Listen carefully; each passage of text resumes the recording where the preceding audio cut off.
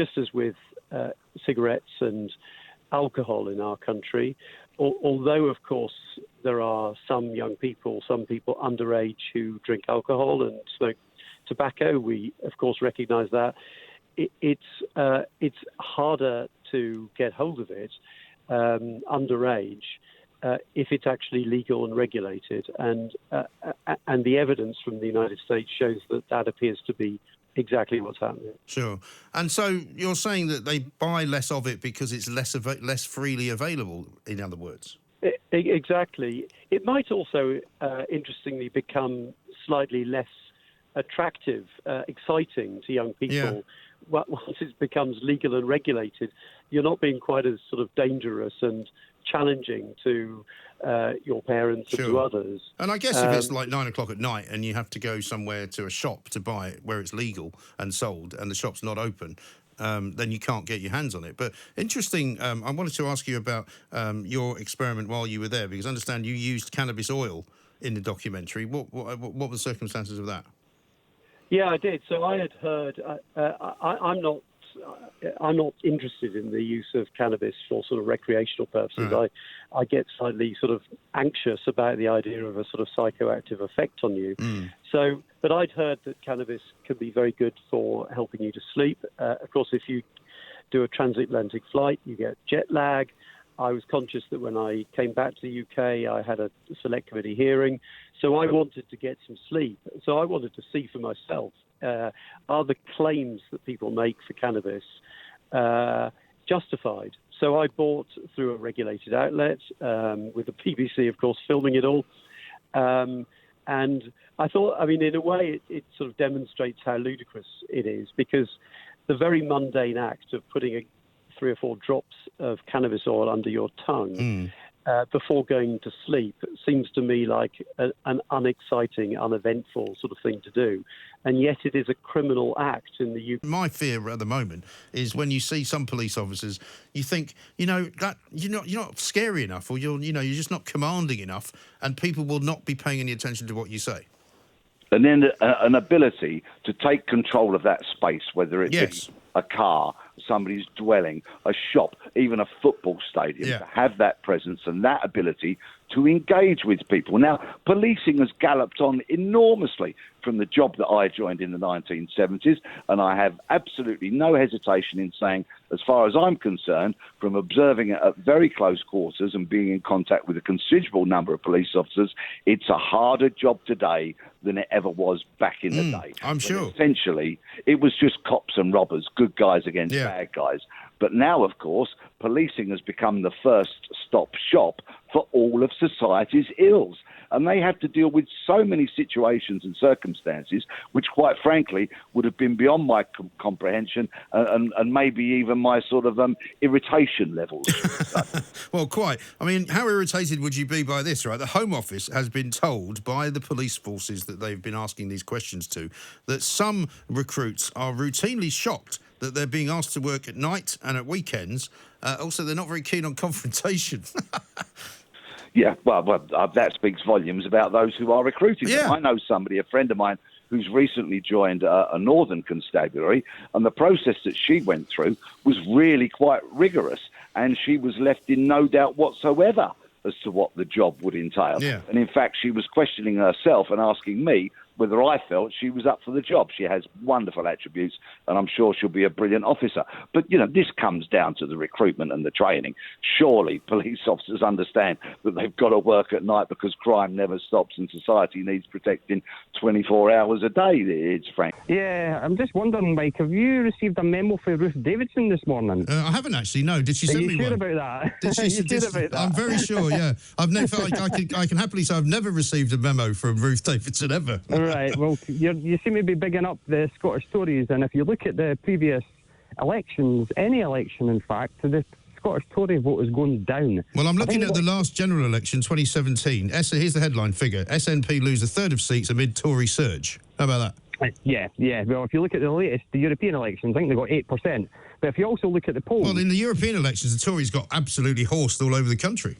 Yeah, but if you look at the polls in Scotland, The SNP are flying high. They're predicted to take almost every seat in Scotland if there's a general election. And I believe that Boris Johnson would win a general election, especially down in England right now. Yeah. But the reason he's not going to call a general election is because the SNP is going to wipe out everybody in Scotland. Yeah, but that's good news for the Tories, actually, because when the SNP wipe everybody out, they actually damage Labour more, because Labour used to have something like 48, 50 seats in Scotland, and Labour can never form a government without those seats, right? So in that case, I don't think Boris would mind if the SNP won all the seats, because actually they would only lose 13. Well, in that case, how many times does Scotland have to vote for the SNP with it in their manifesto to have a second referendum and then to be ignored? Well, nobody's ignored the referendum calls, have they? Because there's already been a referendum, and as we know... No, wait a minute, mate. Well, you've had... Hang on. Right, okay, hang on 1 second, Charlie. Have you or have you not had a referendum on independence? Yes. And what was the result? It was 45-55. So who won? 55% no one, yeah. Right, so people don't want independence in Scotland? You want to just keep having referendums all the time? No, but things have changed, and if the SNP keep on putting it in their manifesto to request to have a referendum, how can you just ignore the SNP? How can you ignore the Scottish people? Let me put it to you this way. The Scottish people have been lied to by the SNP for years, right? The SNP have got far more powers to raise income tax if they want to. They've got far more powers to raise other taxes if they wish to. But instead, they pretend that they're not being given the powers by Westminster, and they say this is what's wrong with the way the UK is operating. They love it. They love it when they can complain. Yeah. So why does Scotland keep on voting for them then? Well, not everybody in Scotland votes. No, not everybody in Scotland votes for the SNP. I'm afraid, Charlie.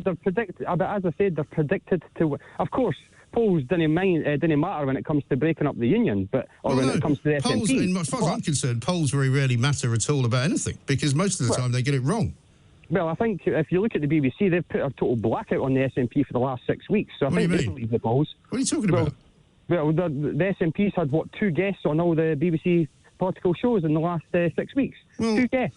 The third largest party in Britain. Yeah, well, the SNP is a regional party. I mean, how many people have been on from the DUP? I would say probably even fewer. Plaid Cymru, probably even fewer. I think the SNP is a pretty fair crack of the whip. Ian Blackford, because of his role as the Westminster leader, gets a lot more airtime than perhaps any other leader apart from Jeremy Corbyn. Yeah, and also as well... I mean, you can't just go and then just go but that completely destroys your argument. No, it doesn't really destroy the argument. You've just said you said the BBC doesn't give them any airtime. No, they don't give them as much airtime as what they should get. How much airtime would you like them to get? Well, I'd like to see at least one panellist for the SNP on once a week, at least one. On what show? On any political show. Well, have you actually looked to see whether the SNP... I watch them every single day, mate, honestly. I watch them every day. So what shows do you watch every day? I watch every single show. I watch the Sky News. I watch BBC Newsnight. I watch BBC News, ITV News. Right. Well, they don't really have. Well, they don't really have. Well, what about Question Time?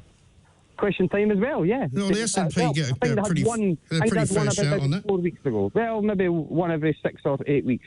But yeah, let's go back to. So what's your point anyway, Charlie? Apart from just moaning about the fact that Scotland doesn't get enough attention. Hey? Look, at the end of the day, Mike. Scotland, let's look at it this way. The no voters in 2014 saved the Union. The no voters in 2014, or a lot of them, voted because to safeguard the EU status. Right? Simple as that. How do you know that? Because that was a massive thing that was... No, you're just giving me that. That's your opinion. You can't possibly speak for all the people that voted to stay in the UK. Every single person in Scotland that voted for that. That's like those Remainers who say, the people who voted to leave didn't know what they were voting for. Well, they did know what they were voting for in Scotland. I'm not saying that. Did you vote to stay in the European Union? I voted to stay in the European Union. Yeah, like 62%. So you've lost. So you've been in both. You've had 2 referendums. You lost both of them, Charlie. Yeah, I'm a loser. But you're a top man. Thank you for calling. Charlie in Fife, what a nice man. This is the sort of debate we should be having in this country. None of your nastiness, none of your throwing toys out of prams, being able to have a laugh, being able to be different, being able to have a different point of view. That's what the world should be about, right? These are startling revelations from a retired High Court judge who's effectively saying that individual police officers certainly, and possibly the police force in general, was involved in perverting the course of justice here. I think it is astonishing that a person of the qualifications, experience of Sir Richard Henriques should feel it necessary to say such a thing in public. I've never seen anything like it in my life. People of this kind generally are very discreet about their criticisms, word them with extreme caution, and have for a long time been extremely supportive of the police for the simple reason that the criminal justice system has to be. And quite rightly, it would never have been a good thing under normal circumstances for anyone so high on the judge's bench to say anything so shocking about the police and their behaviour, unless something had gone very seriously wrong. And he does. And the point is here that something has gone very seriously wrong with our country and with the police. And for this to happen, it's a sign, it seems to me, of the unobserved revolution which is taking place in this country, in which the police are playing a particularly important part. They've ceased to be the body which we used to know and trust, and have become something entirely different and a law unto themselves. And what I would say here is that if Sir Richard's words are not heeded and if action is not taken, then we will all live to regret it. What I've said from the beginning of this is that if someone such as Edwin Bramall, a D-Day veteran, the most senior military officer in the country, a man of unimpeachable honesty and honour, is not safe from being pilloried in public by police searches based on the most pathetic and obviously contradictory allegations, then nobody is safe. Police can issue Asbos letters to people without ever speaking to them, seeing them, and because it's a civil order, you can never plead innocent. If they decide on the balance of probabilities that the person making the complaint is telling the truth, then that's it. You're stuck with it. Yes. That's what happened to me. Did it happen to you? Because we had a couple of cases of this not that long ago, which we spoke about. What happened to you then, Rebecca? I got a letter out of the blue without ever seeing or hearing from any of my local police 2 years ago, telling me that I had stood in my local lane and caused harassment and upset to somebody. Okay. And so it was a kind of dispute with a neighbour type thing? No, I hadn't been out of my house for 2 months at that point because of building work that was going on. Right. Because since 1985, I've been confined to a wheelchair. Right. So somebody just made this up then? Yes. So saying I'd stood was offensive to begin with because the police couldn't even word this letter right. Right. And when they said, oh, well, that's just, we made a mistake there, but you still did it. And I said, no, I didn't.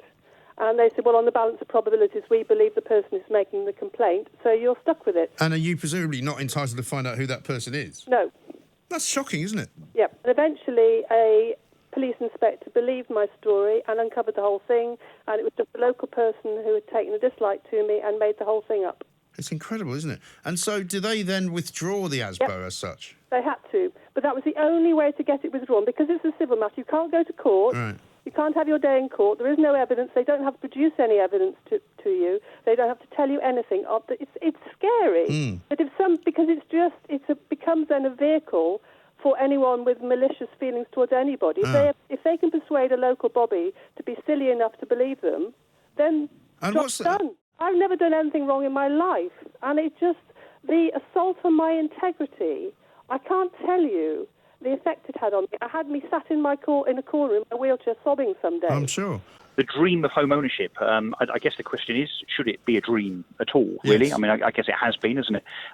If you're as old as I am, then I've certainly had it drummed into me over many, many years, and did as a kid, really. It's your kind of rite of passage. It's one of those things that you absolutely should do and have a right to do in terms of owning a home.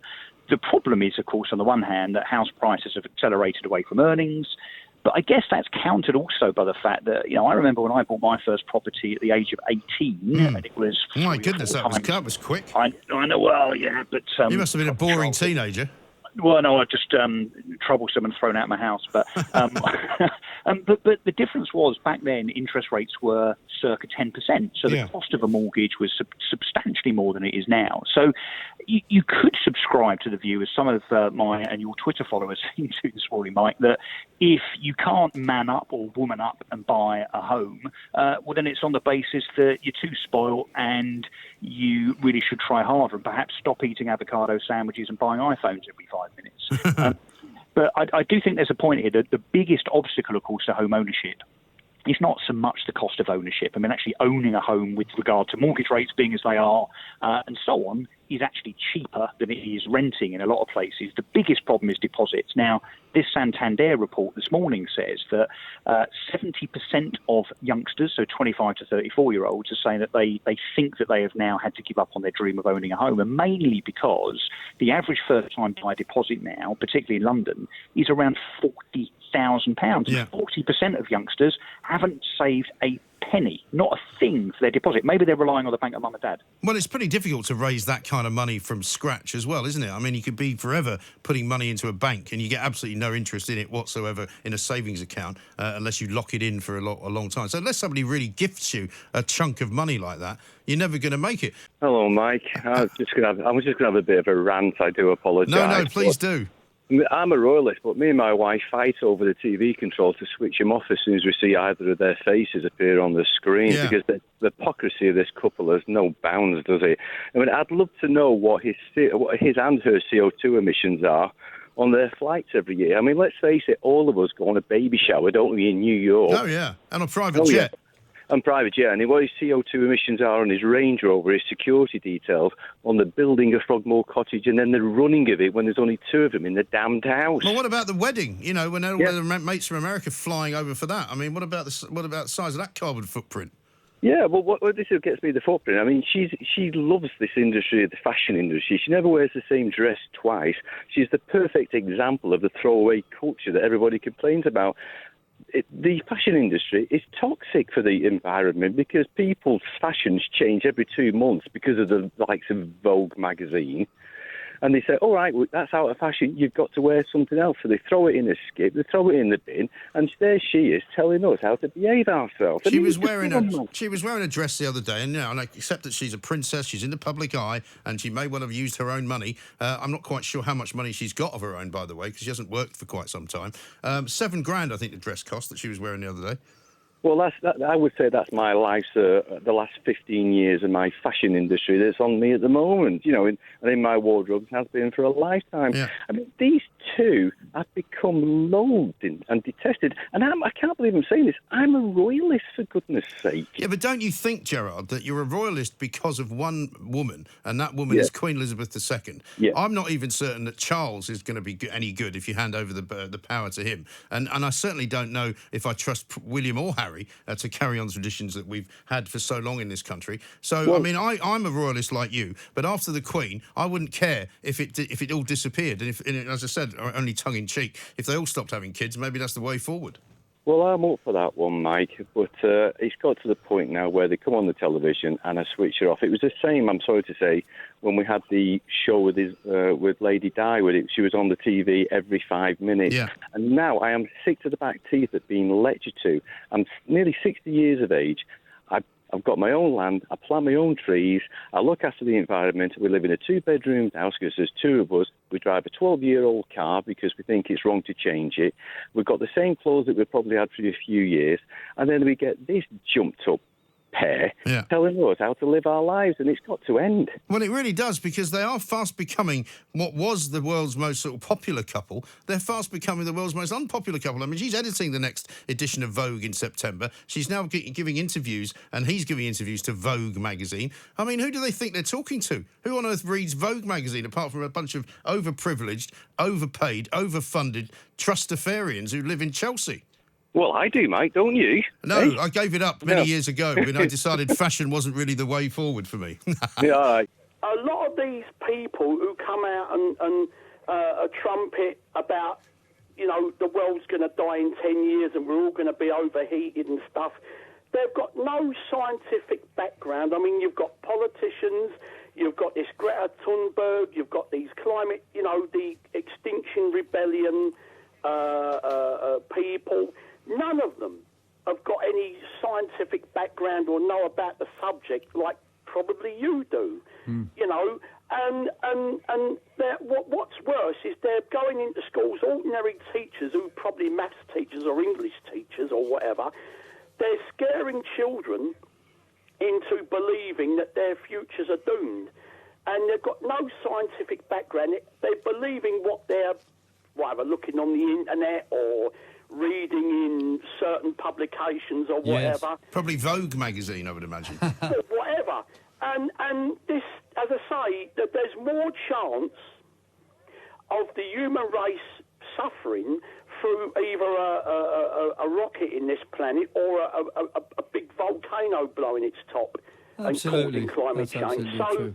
Yeah. you know, that all this is sort of, a lot of it is sort of scare story nonsense. Yeah, I think your point about the scare story nonsense is fundamental to it all. You see, children are told, on the one hand, by the media and schools that they should come to school to learn things and then they can get ahead and do useful jobs with knowledge. Now, on the other hand, the media and teachers are telling them what you've learned doesn't matter.